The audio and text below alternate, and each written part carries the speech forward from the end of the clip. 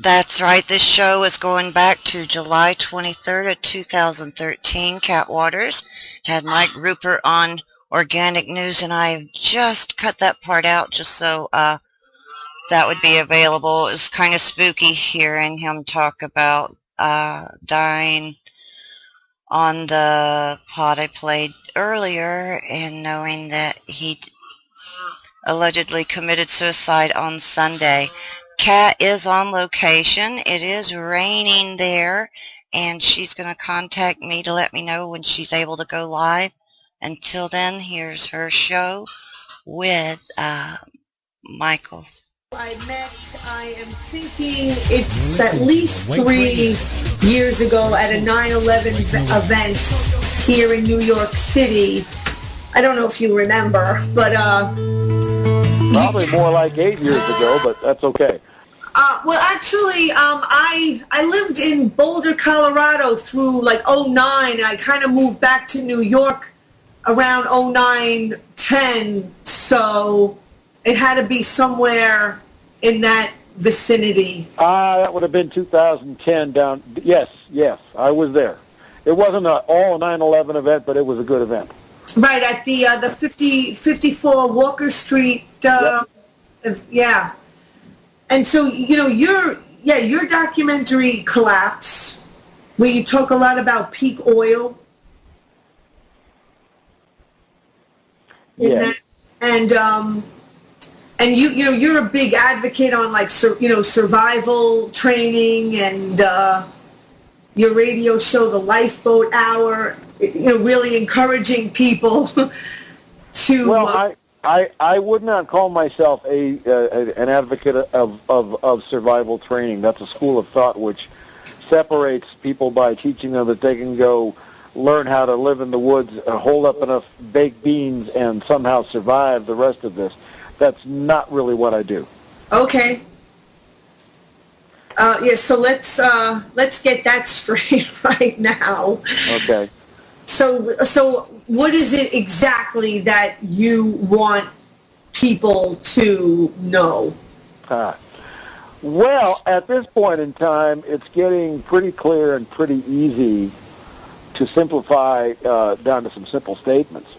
People need to realize that with mathematical scientific certainty now confirmed by God knows how many, 25 peer-reviewed studies, Professor Guy McPherson, Professor Emeritus of University of Arizona, says it clearly that the human race is facing inevitable extinction by the year 2030 as a result of climate collapse and temperature rise. There are no other more important issues at the moment.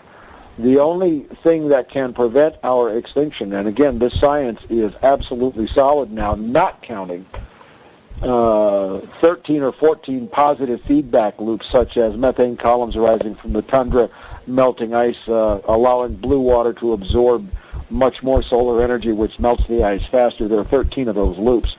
Not counting those, even the most conservative climate scientists agree that we, the human race and the planet, are certain now to experience a 3 degrees centigrade temperature rise, and 2 degrees centigrade is lethal.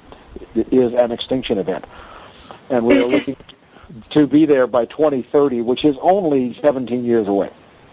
Yeah, it's pretty scary. I recently just watched Gasland 2, which was pretty depressing. I mean, after watching it, if it is in fact, accurate, I after I was, done watching it, I pretty much said, that's it, it's over, it's too late, it's over, we're done.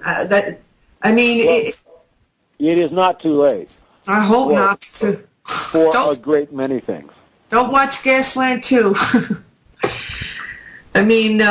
With all, they showed like tens of thousands of these fracking wells, even in places in California along the fault line. They're drilling. It sounds pretty suicidal to me. Fracking is one of 3 or 4 things going on right now that is also contributing to one of the greatest threats to human life and all life on the planet, which is consumption of fresh water. fracking consumes per well millions of gallons of fresh water, which is rendered permanently toxic.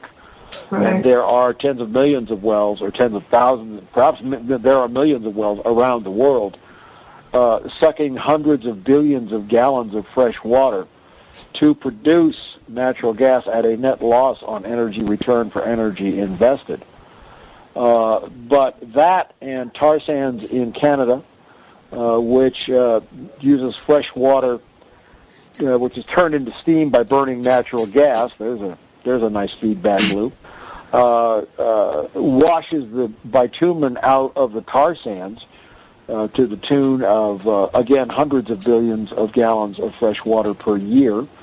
They're draining the Great Lakes to do that. They're draining aquifers all over the country. And then ethanol production requires 149 gallons of fresh water to produce 1 gallon of ethanol for gasoline. As a result of these and other really suicidal practices, the world is running out of fresh water very, very quickly. What we are at the cusp of is what is called, in the peak oil movement that I was a great part of, that I was a significant part of for many years, is called the die-off, population overshoot being corrected, and we are seeing that now compounded by things like climate refugees and environmental refugees, and the unending and out-of-control radioactive poisoning from Fukushima in Japan. This has brought us to a major crossroads, a major moment of truth, which is here and now, where the human race is forced to make a decision as to who we are and why we're here and what we stand for. And all of that ties in spiritually, very closely with events like Edward Snowden, which is thoroughly rocking the United States' position in the world. And there are signs of a global uprising and a global awakening. And if you go back to the documentary Collapse, I told a story about the 100th monkey, and I think we are closing in on the 100th monkey. I mean, I think it's pretty clear why the elite think that they're here.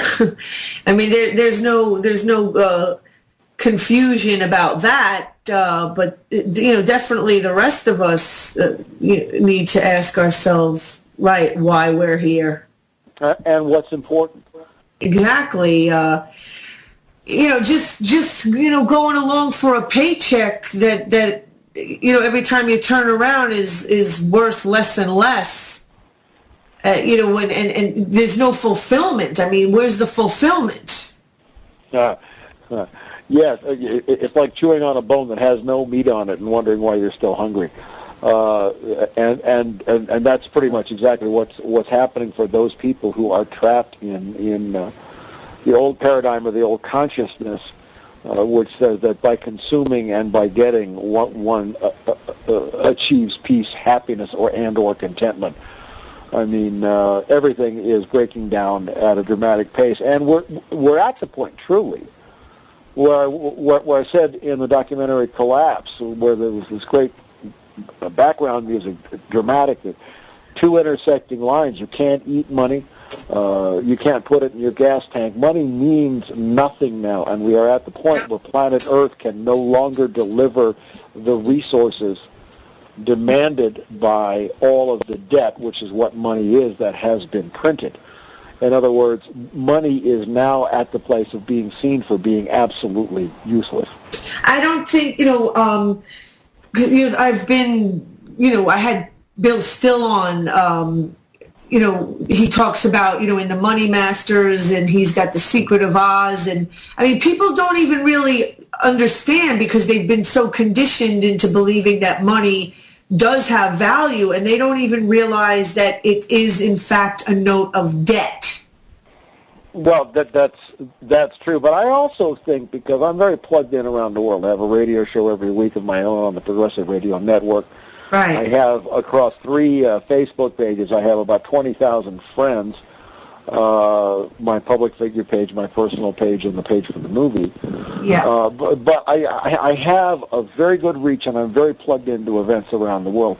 And I am no longer of the opinion that almost everybody doesn't get this. I am so aware from Taksim Square in Ankara and Tahrir Square in Cairo, and to major uprisings in Brazil, in Bulgaria, where a miracle is taking place in Bulgaria now, and that a great many people are waking up, and I no longer even speak from an apologetic standpoint about, and nor do I complain about people who don't get it.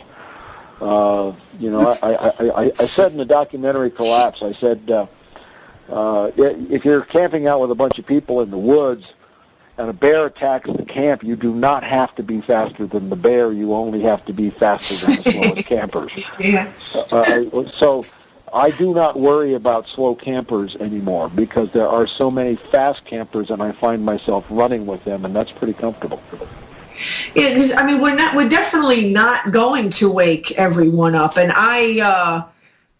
you can't. I mean, you can't kill yourself trying to wake people up, also, because then you're just going to be depleting and wasting your own energy. That's correct. And then getting yourself into a deficit, which that's not a healthy way of relating. That also ends up becoming like a codependent way of relating to people. And yeah, exactly. I hear a lot of people say like, oh, we have to wake people up. We have to wake people up, and you really can't wake people up. They have to.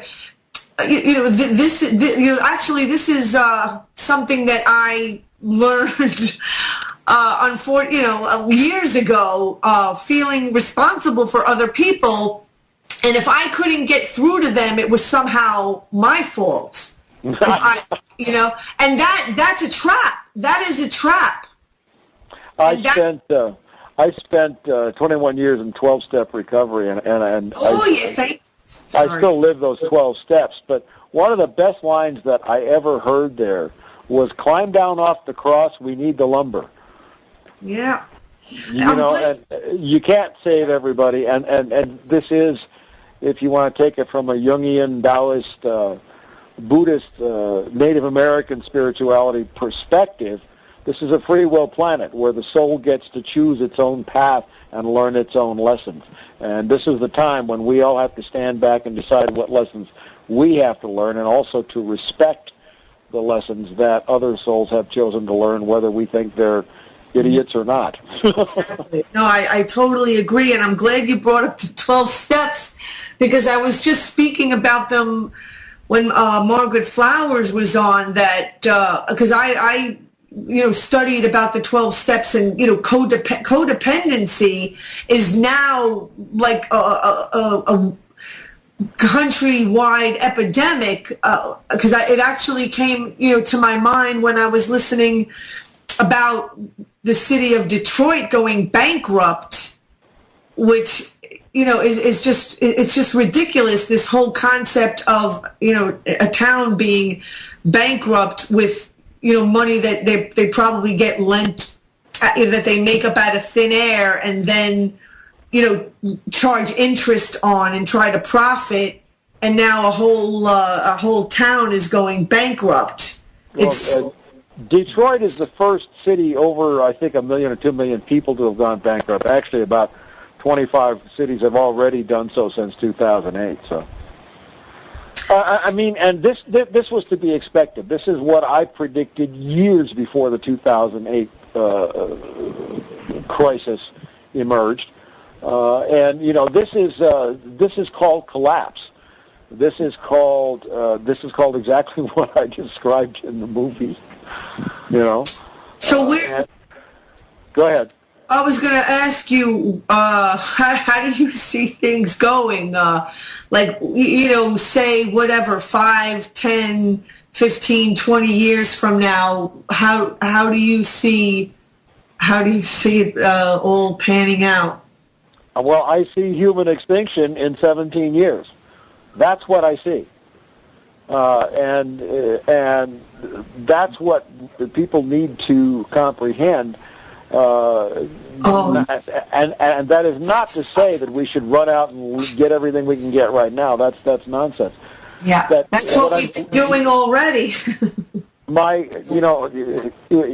if we go back to the 12-step concept, which is great, what the 12-step programs are all about is saying, absent a spiritual awakening, absent a massive, drastic change in consciousness, there is, quote-unquote, no human power which can solve the crisis.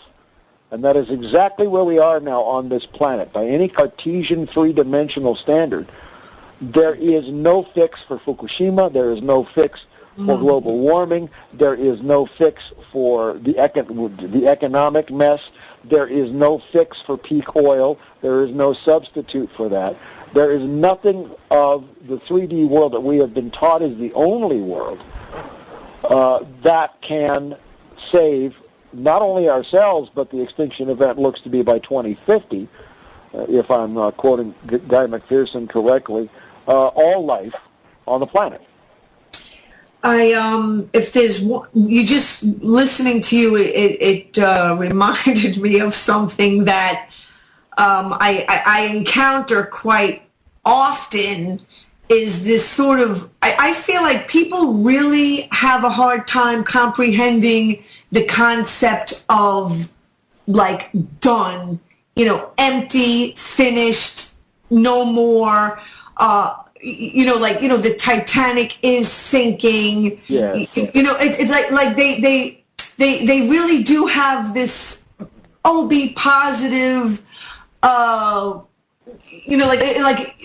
just like as if the earth, as if other people, whatever, are just unlimited, that there are just these unlimited resources, that there are not consequences that are going to come due, eventually, kind of thing.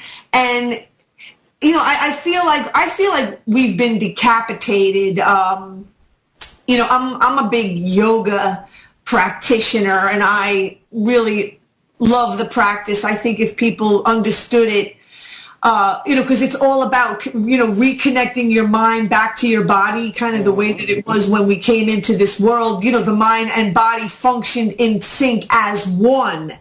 But it's because we've gotten distracted from the way that we feel, distracted from being who we really are, distracted from expressing who we really are, and put into an artificial program in our heads. And now we just live in our heads, and our heads are basically treating our bodies kind of the way that we treat the earth.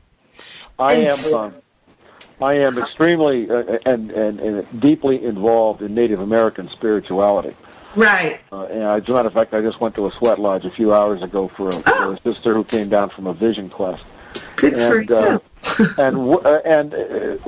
What we discussed, I gave a speech in Portland, Oregon on September 11th, 2011, the 10-year anniversary of 9/11. I wrote a book about that called Crossing the Rubicon. And in that speech, I talked about, and this dovetails greatly with the great work of Charles Eisenstein, who wrote a fabulous book called Sacred Economics, and he's out there burning the midnight oil on the circuit talking because people are hungry for what he's got to say. Amen. But in that speech, I spit on a God called Jehovah. I spit on a God that wrote in the first chapter of Genesis that mankind was separate from everything else, that mankind had dominion, was superior, and that it was our job to manage and plunder the planet. That, spiritually, is the source of all of the problems right now, which stem from that belief that mankind is somehow not connected to any of all this other stuff that's going on. Does it actually say plunder? It actually says to plunder? No, the Bible doesn't say plunder. It says be fruitful and multiply, and and you shall have dominion over the fowls, and and that mankind should go out and manage, run, plunder. It doesn't say plunder, but that's the concept. Genesis 1. It's all right there. And that is a programming of the human mind and the human spirit that came into being, let's say, 5,300, 5,000, 6,000 years ago. And all of the indigenous spiritual practices on the planet, the ones that have survived, also coincidentally the ones that have been systematically persecuted by the Christian church. The Inquisition started by persecuting Gnostic Christians and Christians who believed in the unity of all things. That's where it wasn't against Muslims initially. But all of all of the traditions that have survived across all the continents, I mean, in African, Bushman, Kalahari's spirituality to Australia, to Turtle Island, North America, Latin America, all of the indigenous wisdoms which predate that time when this concept of dominion came into being, all understand that we are one with this planet on which we live, right, which we're killing right now, and which is getting ready to kill us. Exactly. And all of those traditions, which became the number one, public enemy number one of the Christian faith, and all of their faiths, pursuing infinite growth, they all say the same thing, and they are the traditions. And yogic tradition also completely honors, the unity of mind, body, and spirit, but also connectedness to all things. Right. Do no harm is a big saying in the yoga community. And so here we are at this place where we look at the fundamental issue, and the fundamental issue that is killing all of us right now is that infinite growth is not possible on a finite planet. Period. Do you agree with the idea that there are too many people on the planet? Because I could say that it's more the quality of people that are on the planet rather than the quantity. No, I don't like the phrase "too many" because that would put people who want to criticize me saying I'm Malthusian and I want to kill people. There are 6+ billion people on this planet today that did not exist before there was oil and natural gas. Right. 6 billion for the course of a couple of million years, as long as the official accounts. Having a major windstorm here. I'm in the Rockies in Colorado. You may hear some noise. Human population was steady for several million years at just under 1 billion people. And then it was not until oil and natural gas were discovered, these cheap, free, abundant sources of energy, that human population took off vertically. And ascended over the course of a couple of hundred years to 7 billion people, which is what we have right now. That number of people on this planet is not sustainable. There are 10 calories of hydrocarbon energy in every calorie of food. We published that at my newsletter From the Wilderness back in 2002. But now those numbers have gone up significantly. So we are burning more and more energy, which is going away to less efficiently feed a global population that is growing by about 250,000 people a day. This is called overshoot. I feel like, right, everything that you're saying is what has created, corporations like Monsanto and GMO food, who say that they have to make this food in order to feed everyone. It's easy to blame, the bankers or, right, these companies and these corporations, but, we have kind of created that. Well, I think, again, I would probably suggest climb down off the cross, we need the lumber. Don't blame us on that, okay? The food that Monsanto is feeding us is poison.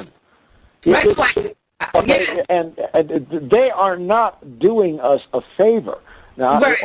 over the course of my career, I've established clearly many times.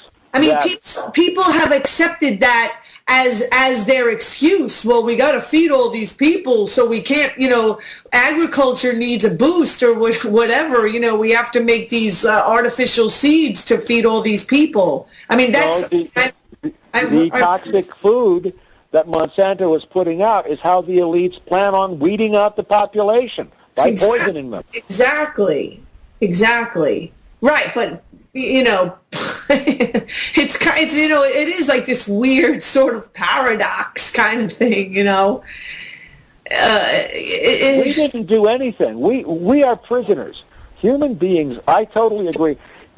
If I had a Mount Rushmore, I would put George Orwell, Terence McKenna, and Aldous Huxley on it, and maybe Graham Hancock. Okay, but George Orwell had it right. The human race we are all cattle. That's all we are. And what's so profitable for the system that is dying in front of us is that we serve as our own jailers. Right. We imprison ourselves. Exactly. We are led to assume responsibility for shit that pardon my French, that we didn't do. And then we turn around and somehow try to assume this personal responsibility. We're slaves. We're prisoners. We were bred and multiplied to extract wealth from this planet, and now that the planet has been looted, we are useless, as Henry Kissinger would say, eaters. It's that same mentality that I completely agree with, where they privatize the gains and socialize the losses. It's like, they blame the people, for when things go wrong, but when things go right, they keep all the gain for themselves. And that was the plan. Yeah. And, right, so they'll blame the little guy, like, if you can't get ahead, it's your fault. But like the little guy's working himself to death, and they're stealing all his money, but then blaming him because he can't get anywhere. And it's much more insidious than that in many ways. And here's one of the ways it plays out that has so frustrated me my whole life. I have to give great credit to my friend Derek Jensen, who sees it much the same way, and is probably equally frustrated with it, is that you get some guy who says, well, I'm doing my part. He's some liberal guy, right? And he goes out and he buys a Prius, and he starts composting, and he starts growing a garden, and he he does all the stuff that a lot of people have done. And he says, well, I'm doing my part. And what I would say, and I'm sure Derek would say the same thing, is BS, you're not doing your part at all, because you are not doing a thing to stop the industrial production, the nuclear facilities, the fracking, the commercial industrial growth, consumption of resources. You're just sitting back and you're just ignoring the problem by trying to do a few things to make yourself feel better, because all of the poison that's out there in the world is coming from industrial activity. And yet, poor little lefty person, is stuck there. Well, gee, I must not be doing enough in my own life. And the point I want to make is, until you take on the real problem, you're not doing anything. But also, people have been led to believe that it's our fault. It's not our fault. I mean, you don't think the people have any responsibility?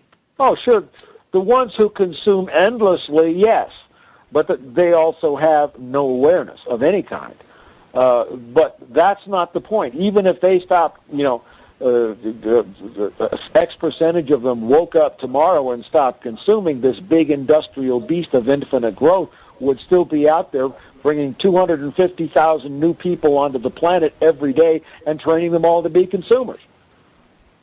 It's really unfortunate that, right, one of my things that really pisses me off is, people are talking about it. Aaron Russo mentioned it in his Freedom to Fascism documentary about the deliberate breakdown of the family system, so because they couldn't tax half the population before, and then the system was going to raise the kids.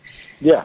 And that I believe, and that really pisses me off. I mean, I'm a really big advocate again, like on, relationships, healthy relationships. I mean, I grew up in a divorced family. I pretty much have been on my own since I was really young. And I mean, family is very, very important. I mean, knowing how to relate, I mean, like it's going to sustain us. I mean, without good relationship skills, good communication, being, I really do find a lot of people do not know how to relate. They have more of a, take kind of a attitude and yes. not a giving kind of an attitude. It's like they literally don't know how to have an exchange. They don't know how to have an even exchange. They come into situations looking to just, it's all about them, and they're screwing themselves by not taking care. You have to be good to people if you want them to be good to you. Mm-hmm. And I literally encounter it a lot where, I feel like one of my flaws is I think I give too much, and I have to kind of be a little bit careful about that because I can't always afford it, not just financially but just emotionally. And I don't always really, get back. Like, I don't have anybody sometimes to lean on, and yet I'm over there, doing, for others. And then I'm like, wait a minute, I'm just gonna, deplete myself. And then, heaven forbid, you kind of look, I'm just talking purely emotionally, to rely on. I feel as though we live in a world where you're not allowed to show any weakness. Everybody expects you to be strong all the time. Well, that's funny because the greatest power that I have found is, in terms of dealing with people in this world, is the power of a tribe or community. And in the way that I live and the way that I'm seeing so strongly displayed in this awakening that's taking place is that we are capable of being weak, of being scared, and of saying so. None of us have a big red S painted on our chest, and the fact is that no one, and I said this clearly in the movie too, no one will survive as an individual. Right. I am, I've lectured, I've given probably 80, 90 lectures in 9 countries over the course of my career, not including many colleges and universities here in North America, but, maybe a decade ago, people would ask me questions about, well, where's the best place to move to? Now, it wasn't clear that the climate collapse was going to happen this dramatically and this lethally. This quickly. But, we would talk about it then, and I had concluded that Latin America probably stood the best chance of being the place to survive because it was the most geographically isolated. It had the best mix and remaining abundance of natural resources. But that's for Latin American people. It's not for us to move where did you say? I'm sorry, what location did you say? Latin America. Oh. South America. Okay. And to a certain extent Mexico and Central America as well. But it is not for everybody to move there and go take their stuff. And the great lesson that I learned, I spent 4 months in Venezuela in 2006 during the Pat Tillman expose, after my computers were smashed in Ashland, Oregon. My offices were burglarized. I was threatened. Really? And CIA poisoned me while I was in Caracas. But when I came home, I was aware of a couple of things, was that nothing replaces no geographic location anywhere in the world. If you're thinking about just picking up and finding a place to move to, you're an idiot, because you will not find there what you need most, which is community, which you can find where you are. You can't go be a stranger someplace. No one will survive on their own. There is such enormous power in community and in family. And I, you know, and I'm old and I'm tired of moving. I've been to 13 countries and I'm just tired of moving. Right. But I, you know, I would much rather be in one of the least hospitable places physically on the place of the earth, on the earth, with people that I love and who are my tribe. Right. I mean, if you are to survive, you have to be around people that are aware of what's going on. Like you're not going to survive if you're amongst, you know, the unaware. Which goes back to not wasting your time on trying to convince or persuade people who don't get it at this point. Exactly. Not worth it. Right. I wanted, like, one thing that I kind of feel is that without even realizing it, you know, like crony capitalism, I know we have to we only have a few minutes left. It has made us unnatural. The way that we function is unnatural. You know, I'm just always thinking about the way that the body would operate if it was allowed to operate, you know, fully the way that nature intended, not just physically, but also emotionally. And that the way that we are programmed at early ages, you know, to not feel what we feel, right? You can't make mistakes.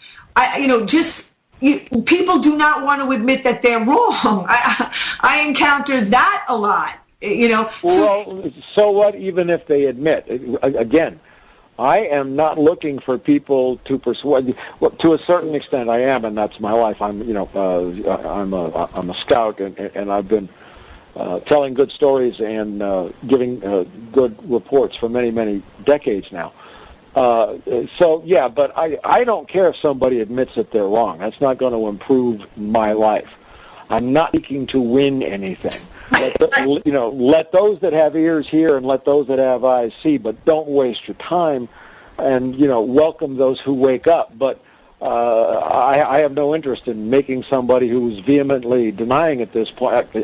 There's just no time for that anymore. Right.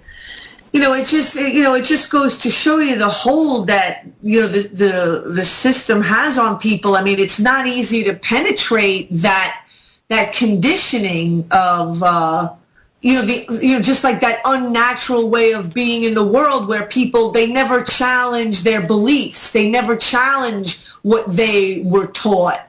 They're being challenged right now. Yeah. And you see, nothing in that world is working anymore. The infinite growth world and people living that way, we have seen no improvement in any conditions around the world since 2008. No government in the world is making life better for any of their people in any country of the world. In Egypt, for example, which has just had a second revolution, if you will, it's not possible by borrowing money to feed the Egyptian people, who will starve, and people are starving now. Right. Now, the human race has been put in a position now where it is abundantly clear that doing more of what you were doing that got you into this place is not going to solve the problem. Exactly. Period. So Right. the time now is ripe for a change. Human consciousness has been, if you will, or is being beaten into a state of reasonableness, where, back to the wall, facing a situation of life and death, a choice is coming: either live by spiritual means, in other words, recognizing the connectedness of everything that exists, and honoring that, or living the way you were living and accepting the consequences. And see, and what I'm happy about, and this is where I put my energy, and it's what I see, is that this awakening is happening with amazing speed right now. Oh, well, that's good to know. It looks like we have maybe just under a minute left, and I don't want us to get cut off. I wanted to thank you for being on, and, you know, keep up your great work. And you know, hopefully we'll have more than 17 years, but we need to live in reality.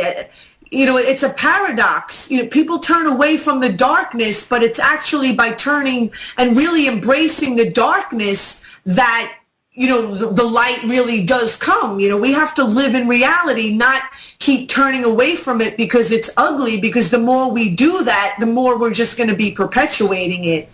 And so it looks, Mother Earth will be free and the human race will be free, and when people start totally comprehending that those are one and the same event, we are going to see these changes accelerate more quickly. And in the meantime, we might blow ourselves up. We are facing death, so this is a movie. Pass the popcorn, and let's do what we can. And remember, it's just a movie. Thank you, Mike. Okay, thank you. All right. So we definitely have run out of time. I hope it's 8:00. Tune in next Tuesday. I'm trying. Oh, we have actually Dan DeBondi is on next Tuesday. Sorry, we do have another guest offhand. I forgot who it is. Jeff Durgan, I think, from We Are Change, Connecticut, is going to be on next Tuesday. Anyway, Godspeed. Welcome to this Tuesday edition of Organic News, April 15th, Tax Day 2014. We're having wonderful weather. Sometimes on days like this, I really do think that they control the weather. Whenever there's an event outside, we're out here having an event at the Federal Reserve Bank in New York City at 33 Liberty Street, and I'm standing here with a handful of diehard people that want to come out and educate people on exactly what the Federal Reserve Bank is, why we're here today on Tax Day. We're going to be taking it inside in a couple of minutes, though, just because the weather is really not that great. But I'm just going to introduce you right now to the organizers of this event. Say your name and why you wanted to have this event today in particular. Sure. My name is Harrison Schultz, and I'm an organizer with the Green Rush Coalition in New York City. And I'm with a group called Occupy the Need Act and Fed Up. And I'm also an Occupy Wall Street organizer. And I'm out here. People from Occupy Wall Street and from other movements understand what the Fed is, why it's a problem, and how we can solve this problem through the NEED Act. Thank you so much for that. And this is all being organized by a group of multiple people called the Federal Reserve Educational Coalition. So it's folks who want to see the NEED Act, who would want to see the Federal Reserve nationalized. It's also some folks who want to see the Federal Reserve audited and just outright ended as well. And some of those folks are arriving right now, too. So we all organized it together. And so what exactly is the Federal Reserve? I mean, it calls itself the Federal Reserve, but it is, in fact, a private bank. Yeah. I mean, I think the short answer is that it's a private corporation right in the middle of our government. If people are serious about getting money out of politics and getting corporations out of politics, I mean, we got to really talk about the Federal Reserve. It's an aberration in our democracy. What you just said reminded me recently of a news clip that I saw of John Boehner, who was actually advocating for, people like the Koch brothers to be able to donate as much as they wanted politically.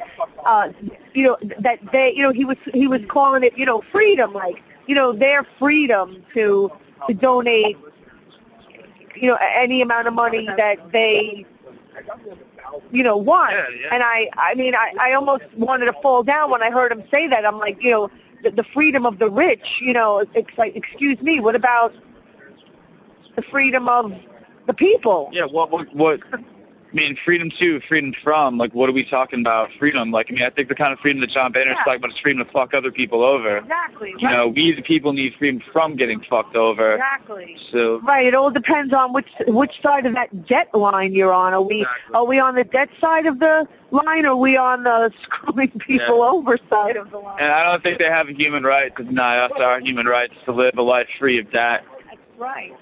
So that's why we're out here in the cold and the rain, out here right in front of the heart of darkness, the New York City Federal Reserve branch. The only reason why it's too big to fail hasn't fallen yet, and we're here to topple it over. We're here to begin a movement to topple it over. Say that again. We're here to begin a movement to topple it over. And so this is one of the places that money is created. It's not the only place that money is created. Money is created out of fractional reserve lending.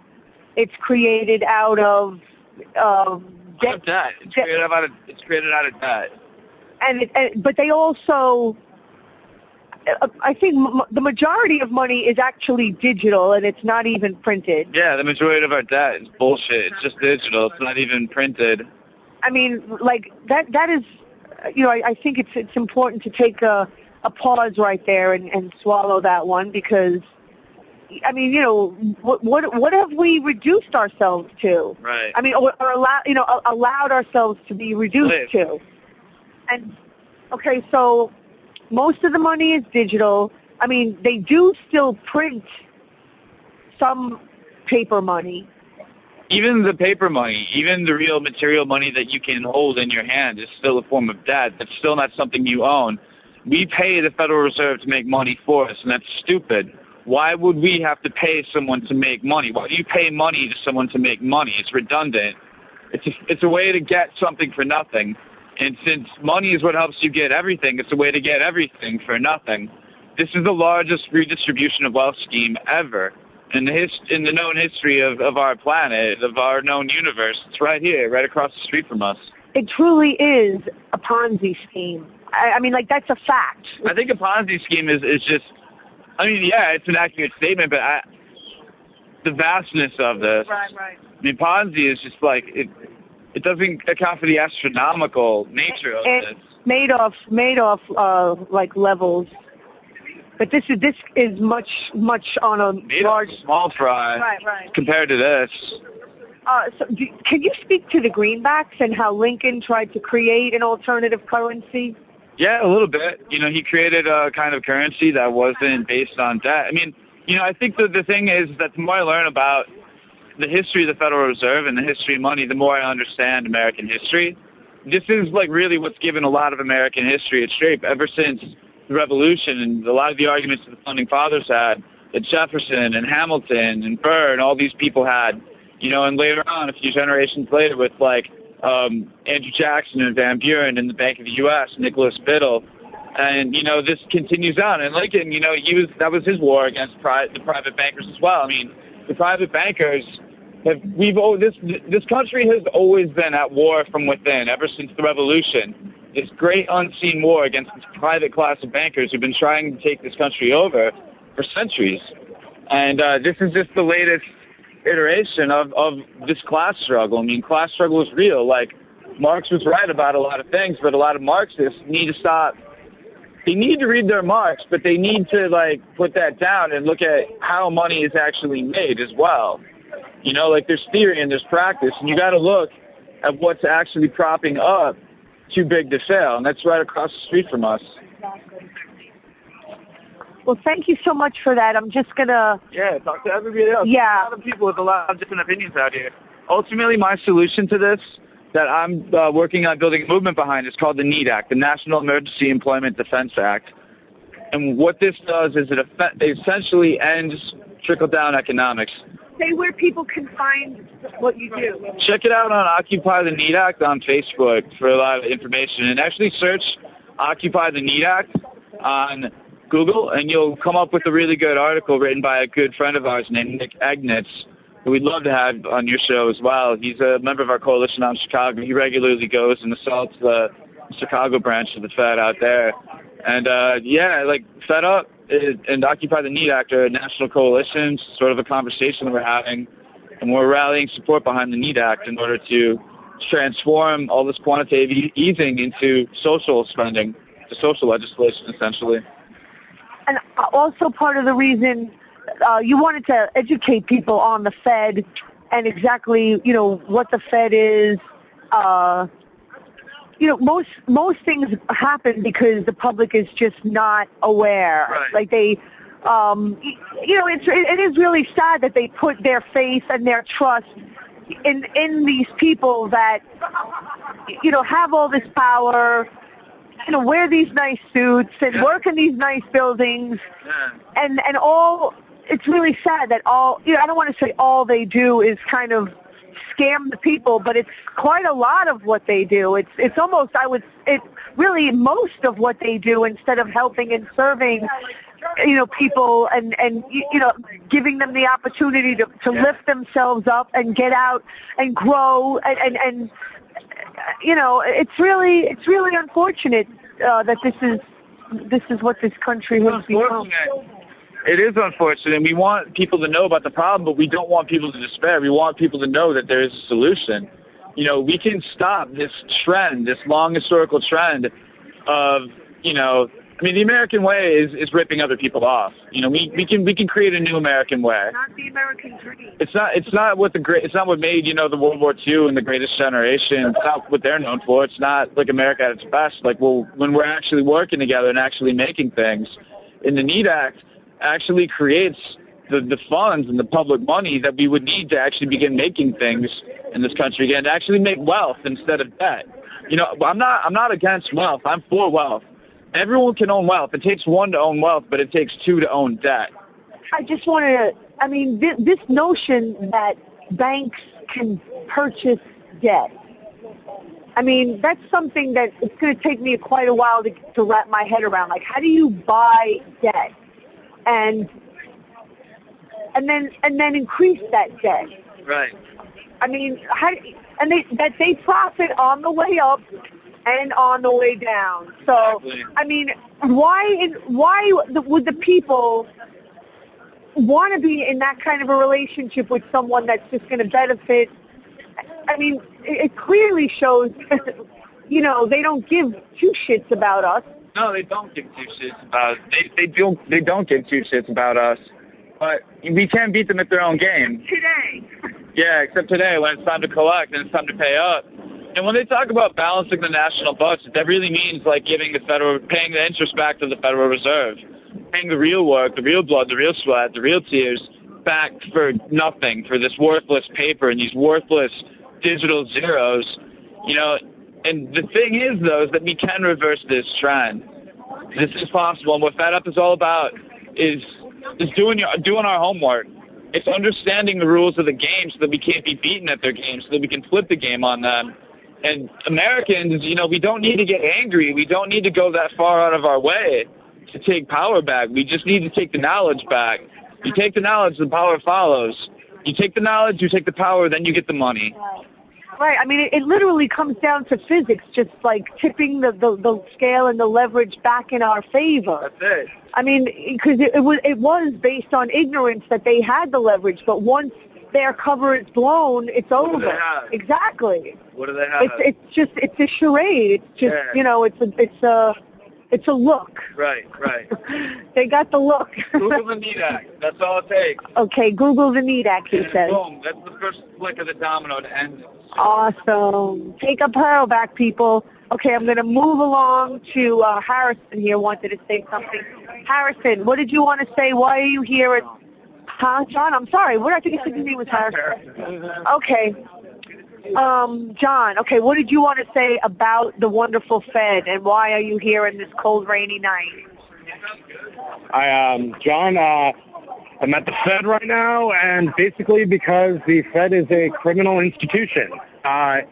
They print money from nothing and lend it to you at interest, and or lend it to the government at interest, and this is why we have to pay these, extremely high, ridiculous taxes. I frankly think every tax is a crime, but the reason why they're so high and it gets increased, and they increase every year, is because of the Fed. They take these, the Treasury prints a bond, they put a number on a computer, press enter, and then we have to pay that money, the government has to pay that money back plus interest to whoever they sell the bond to. And we don't need to borrow. And we don't need to borrow. They can just, if you nationalize the Fed, then you would not have to borrow the country's currency and pay it back from this institution. So essentially, the Fed is a business. It's a business in the business of making money. No, it's not so much a business as it is just an institution that steals from people. It controls and steals from people, and it needs to go away. And Yeah. Okay.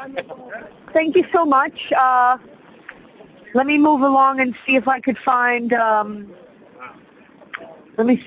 Gabe, would you like to say anything on why you're standing here at the Fed today, April the 15th, tax day for Awake Radio?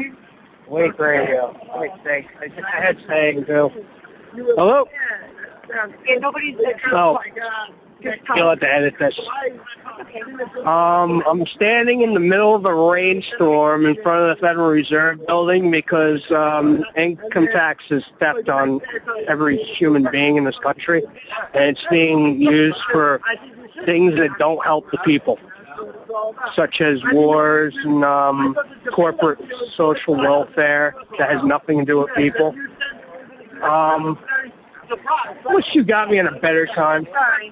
I'll ask you a couple of questions. So I saw you up at the IRS building. We were out there before at 44th and 6th Avenue before we came down here. And so what is it about taxes?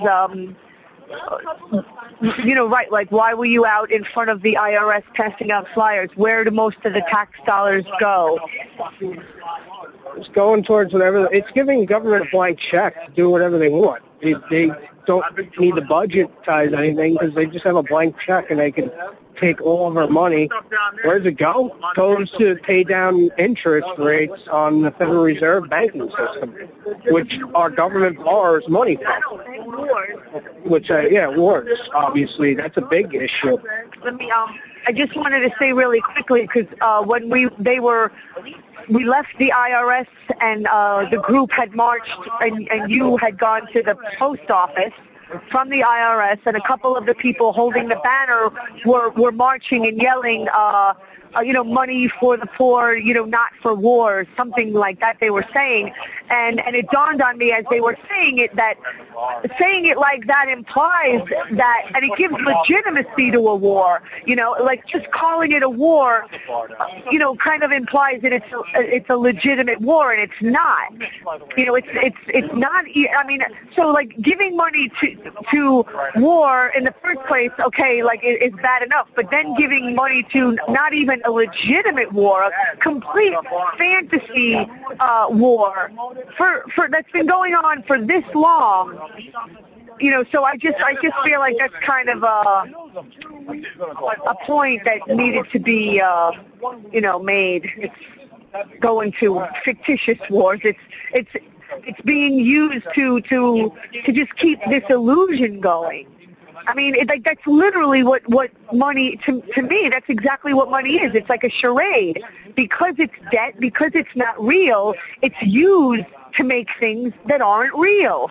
I mean, it's kind of like a surprise, I mean, it goes, it kind of goes without saying that something that isn't real is going to be used to make and promote things that aren't real and keep illusions going. But thank you so much, Gabe, for being out here. So I think we'll take a quick break. Paula will play a song, and we'll come back and talk to a couple of other people and get their take on why they're here. So we are back after the break. We moved indoors to Jim Brady's bar and restaurant down here right by the Fed, which is where we were the last time, because the weather is always so bad. So now I'm going to get a few words from Craig, who was also out earlier today. I got him on video talking about the IRS and taxes, and so now he's going to talk a little bit about why he's out here for this event called Fed Up. Hey, folks. Like I said before on Kat's video, we're out today protesting the unconstitutional and illegal income tax, and the fact that income tax is very much a malappropriation of our funds, because our taxes money is not being used to finance infrastructure. It's not being used to finance schooling. It's not being used to finance health care. It's being used for war. It's being used for empire and genocide. So basically, we're out here now, and we're going to start talking about the Federal Reserve System in a more general sense, and start talking about what we should be doing about the Federal Reserve System, whether we should be auditing it, whether we should be nationalizing it, whether we should just be out and out liquidating it and totally ending the Federal Reserve and getting rid of it, and what can we do to replace this system? Should we be putting that power back into the authority of the Congress and the legislature like the Constitution says? Or should we be looking for more free market, decentralized ideas about creating competing currencies and local currencies and local exchange trading systems and barter networks and locally coined gold and silver and script currencies based on hours or minutos or anything you want, labor vouchers, whatever it is? That's what we should be doing to counter the Federal Reserve and these systems, is setting up people's banks and people's currencies that are actually going to be competing with the Federal Reserve System. And many people here today are calling for the nationalization. I, myself, am just calling for a straight liquidation and looking for then free market solutions to take over the currency monopoly. I want to see an end to the currency monopoly today, not just by the Federal Reserve, but by the federal government. And yeah, I don't know. I'll put Kat back on the phone. I don't have much more to say, but thank you very much. Have a great night. Thank you so much, Craig. Thank you for being here. No, they can hear you. Paula said it was coming in nice and clear before. So we actually have Danny is here, and you do a radio show with We Are Change. Called We Are Change. You host this radio show called We Are Change Radio. And so why are you here today, April 15th, tax day, at this set-up event, by the Federal Reserve? Yeah, I'm Danny Roldan. I'm the host of We Are Change Radio, 7:30 to 9 p.m. every Sunday. One of the original members of We Are Change in New York. Basically, I'm out here because, I see I work hard every day. I'm a blue-collar guy. I go to work. I take care of a child and a girlfriend who's on disability, his mom. And, ever since I was 17 years old working for a living, I noticed every year, my purchasing power dips, and my standard of living has kind of been consistently low. And, I'm pretty much aware of the fiat monetary policy that is forced upon us by the Federal Reserve. They call it core inflation, intentional inflationary periods to stimulate and to impede growth at their discretion. And I'm just here trying to make people aware, specifically on tax day, because it was Ronald Reagan who actually said, and I'm not a Ronald Reagan fan by any means, but he's actually he was the one that said that our tax dollars, our income tax, doesn't go to the civil programs that we think it does, that it goes paying the interest on a national debt that's created by, incessant borrowing, and the incessant borrowing is primarily coming from the Federal Reserve System. So I'm out here trying to let people know that, although the Fed is probably going to be here to stay, and the immediate effects of actually dismantling the Federal Reserve would be devastating to people. It might be an evil that we need at this point because we're so deeply involved in this fiat system. Just letting people know that it's a flawed system and that people should just start researching alternatives to the paper currency, to the Federal Reserve note. There's Bitcoin. We live in the 21st century now. Technology's on the forefront. Things like cryptocurrencies are coming out now that are alternatives. Of course, people could barter and trade and exchange our currencies that I've seen that local people have done, hours for currency. I'm not really familiar with that type. That's just another alternative. And it's just all about taking control of our communities and taking control of our own economies, both our personal family economies and our communities, providing an alternative. That's what I believe. I believe that we shouldn't be victims to the Federal Reserve monopoly. If they want to have their Federal Reserve note, that's perfectly fine as long as we have an option to trade gold and, the Liberty dollars and the people that were producing the Liberty dollars and the Ron Paul coins were, they were raided and had their gold confiscated, and that's stuff that I try to make people aware that, they want you stuck with this system, and they're trying to stifle competition. Although the American way and a lot of the things these neocons promote is free market, they stand behind free market and freedom, and they even throw people like Ted Cruz and Rand Paul our way. They don't like the free market because they want a monopoly on currency. A true free market, you'll be able to have different currencies like Liberty dollars and solid gold and bullion and stuff like that. As far as Bitcoin goes, I'm really not that familiar with it. I don't own any Bitcoin. What I think about Bitcoin in general is that I'm glad that there's alternatives in the market right now. I'm glad that there's an alternative to the Federal Reserve note. People can diversify their money supply. People can diversify their investments. People can invest on the stock market. People can invest in the commodities market, even in alternative currencies. But all these currencies that they invest in, including commodities like oil and even electricity and gold, it's always exchanged in dollars in the Federal Reserve note, or it's exchanged in another currency, which is under a central bank in some other country that pretty much has the same monetary policy that the Fed does. But something like Bitcoin, it has no centralized regulation. It's truly free market. It's a true alternative. It may not be for everybody, but I'm just glad that there's other things that are popping up out there thanks to technology that people can invest in and people can use as money and currency instead of just being slaves to the Federal Reserve. Because the more we use the Federal Reserve and the more we let it exchange, every time we spend Federal Reserves, we fund terrorism. This country funds terrorism. They fund the terrorist state of Israel. They fund Al-Qaeda, and they do it with our money, with our dollars. So to break their monopoly on terror, to break their monopoly on war, and to really cripple the neoconservative agenda and the socialist agenda from the left that's really imprisoning our economy and controlling our lives, it's important that we at the very least, diversify our money flow and our money sources. I work with Federal Reserve notes. It's very difficult for me not to spend Federal Reserve notes when I pay my rent, when I pay for my phone, when I pay for food. However, I myself would like to diversify that. I would like to be able to pay in Bitcoin. I don't have any Bitcoin. Bitcoin right now is out of my reach because I didn't jump on it in time. It's a regret that I have. But for those that can afford to invest in Bitcoin and exchange their Federal Reserve notes for Bitcoin, I think that's absolutely a great move.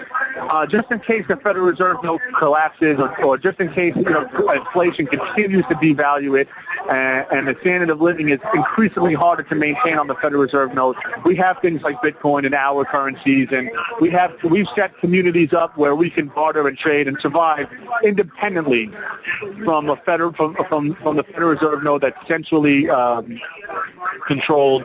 Like I said earlier, they can inflate and deflate the currency at their discretion to either accelerate or stagnate the economy. And that's pretty much all I have to say. So thanks for the time. Thank you, Danny. And I'll be tuning into your radio show too. Okay, so I think we're going to go to another quick break, only because when I do the show remotely, it's not as formatted as it is when I'm doing it from my apartment. So let's just do a song and we'll come right back. Thank you. Okay, we're back. Sorry for so many breaks. It's when we do the show remotely, it's a little different. So I'm just going to read a little bit from, it's called the NEED Act, that was developed by Dennis Kucinich. He was inspired by a book which escapes me just for the moment.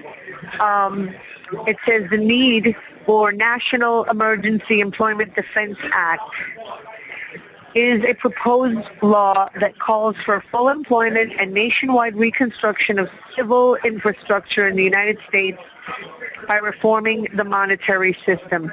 It was introduced in the United States House of Representatives by Congressman Dennis Kucinich in 2011 and is a reintroduction of the 2010 NEED Act, declaring that the creation of money by private financial institutions as interest-bearing debts should cease once and for all. The NEED Act would abolish what is referred to as fractional reserve banking by prohibiting the creation of credit lent out against deposits held by private institutions, eliminate quasi-independent status of the Federal Reserve System, and grant the U.S. Department of the Treasury, on behalf of Congress, the exclusive authority to originate money. The legislation would also bar the federal government from all future borrowing, institute an 8% cap on interest rates across the country, mandate that new money spent in circulation include annual block grants to the states, and establish a monetary authority inside the Treasury to manage national monetary policy. So I'm going to let Harrison take us out the last 10 or so minutes of the show and talk about this further. Okay, here's Harrison. Talking about the NEED Act. I read. Yeah, so let me actually step out a little bit here, because we got Lorna giving another interview side by side. But, yeah, so Kat, is there any, specific questions about the NEED Act? Like anything specifically I should... Say the book that it was inspired by? Yeah, so Steven Zarlenga, the director of the American Monetary Institute, who will be speaking in New York City at the New School on May 2nd, wrote this book called The Lost Science of Money. And Dennis Kucinich read that book, and then he was inspired to write the NEED Act. He drafted the NEED Act after studying the history of monetary reform throughout the centuries, ever since Aristotle. And American history has, the more I study the history of the Fed and the history of monetary reform, the better I understand American history itself. This is what the revolution was made of. This is what all the internal struggles that the founding fathers had with each other. Jefferson, Hamilton, and Burr. Later, Van Buren and Jackson against the Bank of the U.S. and Nicholas Biddle. Lincoln with the greenbacks, JFK with Executive Order 11110, I think it was. And now, this conversation that we're having goes back centuries. And the NEED Act is a very historic piece of legislation in that regard, because it's the latest answer to this dilemma that's been plaguing Western civilization for quite some time now. If I could just declaring that the creation of money by private financial institutions as interest-bearing debt should cease once and for all. Yeah, exactly. No more debt. This is the end of the machine that creates our debt for us. If I could just, I was never a political person. My whole entire life, my focus was always on health and fitness. Yeah. And I was devoted to learning about what healthy relationships are. What is a healthy relationship? Sure. In anyone's life, in any personal relationship that anyone has, nobody wants to be in a relationship where they're giving 80 or 90%, 95%, and the other person is giving 5. Yeah. That would be considered, an abusive relationship. And codependent. Right. And most people would be like, this relationship isn't working for me anymore. I think I want to break up, get a divorce, whatever. There are a few people, though, I will say, that will stay and do stay in unhealthy relationships, abusive relationships, because of money. Because, and I'm not trying to make stereotypes here, but usually it is the male that has the money, and people will stay. I've had plenty of sugar mamas. It goes both ways. Yes. And I really like the analogy that you're making, though. I feel like it's an important one to make, because it takes everything from being on this gigantic, insurmountable, it's too big to do anything about it mentality, exactly. and it brings it down to something that's so much more manageable, and it's literally right. no different right. than wanting to get a divorce right. from somebody that's cheating on you and going out. The NEAT Act. The NEAT Act is our divorce papers from the centralized banking system. Exactly. I mean, the NEAT Act ends the codependent relationship that doesn't profit us. The banks need us to be in a codependent relationship. Right. This gets us out of debt bondage. This gets us out of debt slavery. Harriet Tubman said that she could have freed thousands more slaves if only she could have convinced them that they're slaves. Most people don't want to realize that they're debt slaves, because if they do, then they have to accept the fact that they've really never made a single decision on their own their entire lives. That everything every career decision, every marital decision, every single thing they've decided to do with their life has been a result of coercion. But they got the house, they got the car. Yeah, I mean, if they're lucky, if they're lucky, they got that. Yeah. I ain't got that shit. That's why we're doing that. But do you have an authentic self? No. You have what Marx would call an alienated self. John Bradshaw called it the false self, and my favorite was John Bradshaw. He always used to talk about the abusive, dysfunctional family system and how people develop a false, inauthentic self based on the needs of the family system, and it was always based on the health of the parents, whether or not they had a healthy relationship. Yes. Whether this is about ending the construction of our identities around the needs of the centralized banking system. Right. We don't have to be workers. We don't have to be debt slaves anymore. Like, once this is done and once money is created through social spending, we can focus more on our art, to be quite honest, on our artistic selves. Exactly. Bringing the best version of ourselves into society instead of just a resentful, spite-filled, debt-laden, miserable self. I call it like a digging into the muscle society, like being, focusing on health and fitness my whole life. I learned you're supposed to build muscle, trim fat. We live in a digging into your muscle and then the bone society. Yeah. According to nature, that is considered not healthy. And to have, we deserve to be healthy. We do not have to, give over our life over to these people who we don't even know. I call it like some sick arranged marriage, like you're born into this world. And I call it slavery. Yeah. It's slavery. Totally. Not by race, but by class and by debt. By our social security numbers, our birth certificates. People have no idea that we're literally like branded slaves by our birth certificates. From the cradle to the grave. And everyone just does it and they go along with it like they don't have any choice. And we do have a choice. We are, sovereign people. And we don't have to be, going to the dictates, of a bunch of, I call them psychopaths. I call them sociopaths. Yeah, well, right. So, these people are sick. They are absolutely. They live in bubbles. Absolutely. They don't wash their clothes. They don't cook their own meals. They don't take care of their own kids. They don't provide their own transportation. They live in this nice little fictional world, and they're completely alienated from the needs of most people. They're like the bankers in the plastic bubble. They are. They're bubble people. Very good. Cool. Let me see. Well, it looks like our time is it's coming to an end. It's 2 minutes to 8. So I'm going to wrap it up. Cool. I'll let you do that. I'm going to keep talking. We got a really good conversation going here. And check us out on YouTube. It's Just Activism. And we'll have report backs on everything tonight. Thank you so much. I'm just going to take the last minute and I'm going to read under details of this NEAT Act that I was reading before. Under the Act, any increase in the money supply would come from the Treasury in the form of debt-free United States money with Federal Reserve notes phased out of circulation.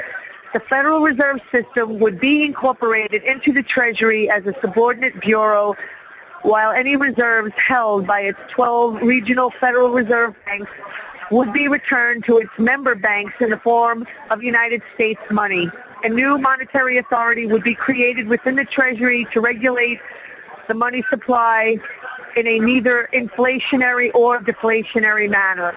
So essentially, it's about giving the money supply a transfusion, like a blood transfusion, like dialysis. And I'm sure that there are people that would like to argue it because change is scary, but when the patient is dying and needs a blood transfusion or you're going to die, then we have no choice, but to do it. So I'm just going to go with that, and thank you so much for people that are listening, and I'm going to say rest in peace, Michael Ruppert, and may we carry on his legacy of truth and courage. Tune in next Tuesday for Organic News here on Awake Radio. Good night.